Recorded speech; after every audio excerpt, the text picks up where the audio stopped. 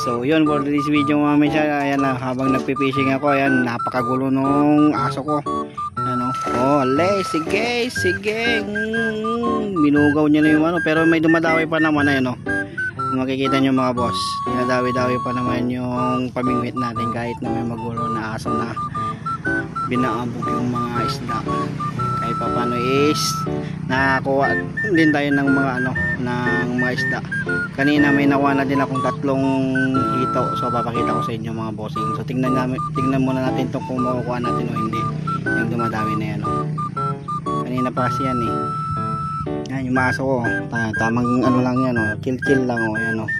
Nandoon pa, ayan pa. Oh, yan na, magulo kong aso. Hey!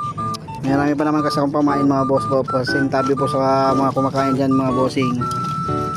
Tagal ng dawi nito. Kanina niya pa kinakagat pero hindi naman mapuruhan. Ayan o. Nakikita nyo o. Hinila na. Ayang. Hindi natin nakuha. Yun. Lumangoy na yung aso ko. Ay nako. Mga bangad kayong mga aso kayo.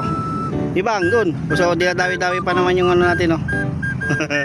Kahit pa paano may mga dumadawi pa kahit na may lumalungay na mga aso.